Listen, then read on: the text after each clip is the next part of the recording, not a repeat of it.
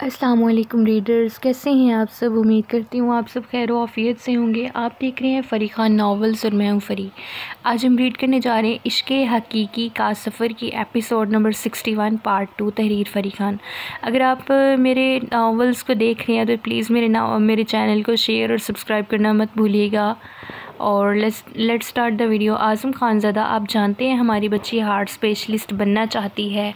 चाहे वो जहाँ भी रही, लेकिन हमारे खून का असर हमेशा इसके खून में रहा। इसके साथ कुछ अरसा पहले काफ़ी ट्रेजिडीज़ हुई, लेकिन अब अल्लाह का शुक्र है वो पहले से बहुत बेहतर है। अभी हाल ही में इन बदबख्त लोगों ने मेरी बच्ची को किडनैप कर लिया था।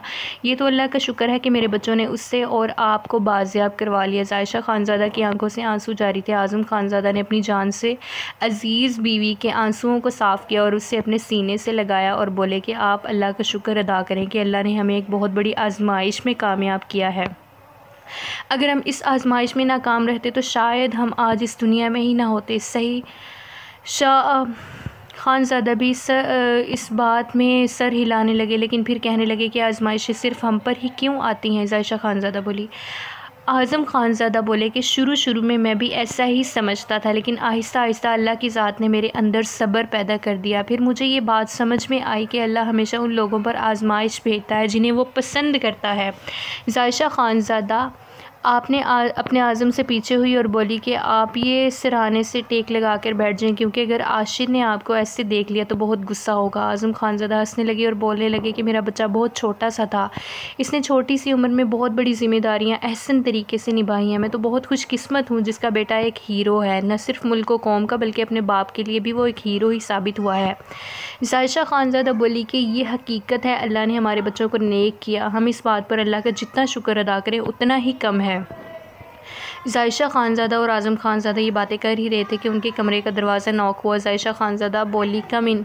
जैसे ही दरवाज़ा खुला तो फ़ातिमा और इसके पालने वाले माँ बाप कमरे से अंदर आए, जबकि अनाया भी उन्हीं के साथ ही लपकती हुई आई और आते ही धड़म से बेड पर बैठी। जायशा खानज़ादा गुस्से से उसे घूरने लगी और बोलने लगी कि कुछ नहीं हो सकता, तुम्हारा हमेशा बच्ची ही रहना। जबकि अब वो महक भाभी और सलीम भाई की तरफ मुतवज्जा हुई और बोली कि भाई साहब आप लोग खड़े क्यों हैं, प्लीज़ बैठिए ना। आज़म खानज़ादा भी बोलने लगे कि जी प्लीज़ बैठ जाएं, आप लोग क्यों खड़े हैं। अब आज़म खानज़ादा फिर से उठकर बैठ गए और उन्होंने सलीम भाई का हाथ अपने हाथों में लिया और बोले कि मैं सारी ज़िंदगी भी आपका एहसान नहीं चुका सकता भाई और भाभी, क्योंकि आप लोगों ने वो किया जो शायद मेरा कोई सगा रिश्तेदार भी नहीं कर सकता था। आप लोगों ने मेरी औलाद को अपनी औलाद समझा, आप लोगों ने इसकी बेहतरीन परवरिश की।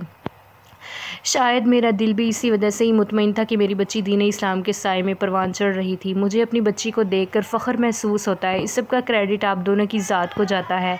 मैं चाहकर भी सारी ज़िंदगी आपका एहसान नहीं उतार सकता। फ़ातिमा के वालिदैन बोले कि प्लीज़ भाई ऐसा मत कहिए, ये हमारा फ़र्ज़ था, हमें नहीं पता था कि वो हमारी अपनी औलाद नहीं, हमने तो सारी ज़िंदगी से अपनी औलाद बनाकर पाला है।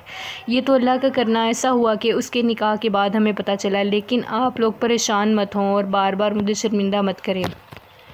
ये कह कर के मैंने यहाँ पर एहसान किया, ये तो सब अल्लाह ताला की करनी थी। अल्लाह का एहसान है, अल्लाह ने मुझे एक रहमत से नवाजा और मैंने उसकी अच्छी परवरिश की। बेशक मुझे अपनी बेटी पर फ़ख्र है। मेरी बच्ची ने कभी किसी गैर महरम से बात नहीं की। मेरी बच्ची बिला ज़रूरत कभी घर से बाहर नहीं गई। हमेशा मैं ही उसे स्कूल और कॉलेज में ड्रॉप करके आता था। और तो और मेरी बच्ची ने कुरान पाक को हिफ़्ज़ भी किया। आज़म खानज़ादा और जायशा खानज़ादा को ये बात आज पहली बार पता चली थी कि उनकी बेटी हाफ़सा भी है। जबकि ये सुनते ही उनकी आंखों से आंसू रवां हो गए और बोले कि हम लोग तो इस काबिल ही नहीं थे। अल्लाह ताला ने जितना हमें नवाजा, आप हमारे लिए रहमत के फ़रिश्ते बनकर आए। आपने हमारी दुनिया और आखिरत दोनों संवार दी, हमारी बच्ची को अच्छी और नेक तरबियत देकर। आप लोग अब हमारे साथ हमारे ही घर में रहेंगे। महक बेगम की आंखों से भी आंसू थे। जबकि उन्होंने अपने खावंद के चेहरे की तरफ देखा तो वो बोले कि नहीं भाई साहब, अल्लाह आपको सेहत तंदुरुस्ती वाली ज़िंदगी दे। अब वैसे भी हम अपना फ़र्ज़ पूरा कर चुके हैं। फ़ातिमा का निकाह भी हमने अपने हाथ से किया है। और वैसे भी बेटियां कहाँ माँ बाप के घर रहती हैं, वो तो पराई होती हैं। माँ बाप का काम है उन्हें पैदा करना और पालना। सो हम जैसे बेबसो लाचार लोगों के हाथ में जितना था हमने उतना कर दिया। अब आगे अल्लाह के सुपुर्द है, क्योंकि हम लोग अपनी ज़िम्मेदारी एहसन तरीके से निभा चुके हैं। आज़म खानज़ादा बोले कि आप फ़िक्र मत करें, वो हमारी ही नहीं आपकी भी बेटी है। आपका जो दिल करे जैसा करे आप बिल्कुल वैसा ही कीजिएगा, हम कभी आपके रास्ते में रुकावट नहीं खड़ी करेंगे। आज़म खानज़ादा ने जब फ़ातिमा को आते हुए देखा तो उन्होंने आवाज़ दी कि आओ मेरी बच्ची मेरे पास आओ। फ़ातिमा भी आंखों में आंसू लिए अपने डैड के करीब गई और उनके सीने पर सर रख कर रोने लगी, जबकि आज़म खानज़ादा ने अब अपनी बेटी के माथे पर अपने लब रखे और बोले कि I am proud of you my princess. आपकी मॉम को भी आज ही पता चला कि आप हाफिज़ा हो, आपके मामा पापा ने आपको बहुत अच्छी तरबियत दी। फ़ातिमा बोली कि मैं जानती हूँ मेरे मामा पापा दुनिया के सबसे अच्छे मामा पापा हैं, क्योंकि गुर्बत के बायस उन्होंने मुझे कभी किसी चीज़ की कमी नहीं होने दी। मैं आज जो भी हूँ, जिस हाल में भी हूँ, जैसी भी हूँ, इस सब का क्रेडिट इस सफ़र में मेरी तरबियत का बहुत बड़ा असर है। अनाया भी साथ ही मौजूद थी। जायशा खानज़ादा ने एक इसके सर पर चपत लगाई और बोली कि देख लो अपनी आपी को और उसी से ही कुछ सीख लो। अनाया आगे से दांत निकालने लगी और बोली कि मोम आप भी ना हर वक्त मेरे पीछे ही पड़ी रहती हैं।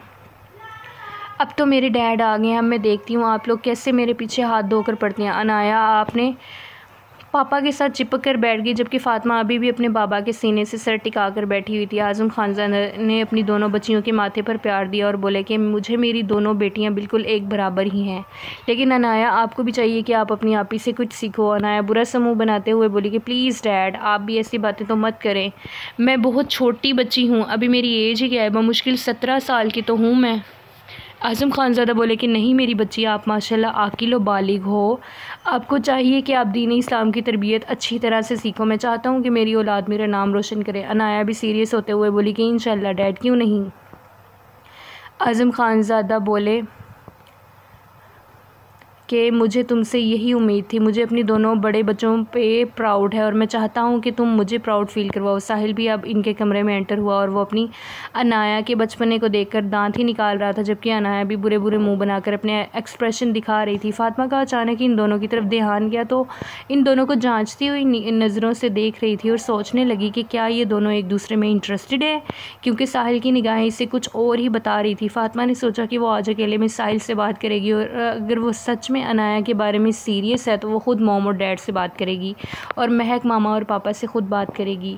ये तमाम बातें चल ही रही थी कि इसी इसना में आमना खानज़ादा और साद हसन खानज़ादा भी कमरे में एंटर हुए, जबकि आयान और आशिर भी इन्हीं के पीछे थे। अब कमरा इन लोगों से मुकम्मल तौर पर भर चुका था। आयान खानज़ादा जैसे ही अंदर आया तो इसने सबसे पहले अपनी खानज़ादी के चेहरे की तरफ देखा, लेकिन अभी तक इसकी खानज़ादी का ध्यान अपने खान की तरफ नहीं बल्कि साहिल की तरफ था। आयान खानज़ादा जांचती हुई निगाहों से साहिल की निगाहों की सिमत देखने लगा तो इसे भी बहुत हैरत हुई कि साहिल अनाया को बहुत गहरी निगाहों से जाँच रहा था। आयान खानज़ादा हल्का सा मुस्कुराया और सोचने लगा कि लगता है मेरी खानज़ादी अब साहिल का भी पैचअप करवाना चाहती है, और हल्का सा मुस्कुराया। जबकि फ़ातिमा ने जब अपनी आनी और अंकल को देखा, इनके पीछे ही इसने अपने खान की तरफ देखा, जबकि खान ने एक मोहब्बत पाश निगाह से अपनी खानज़ादी को देखा।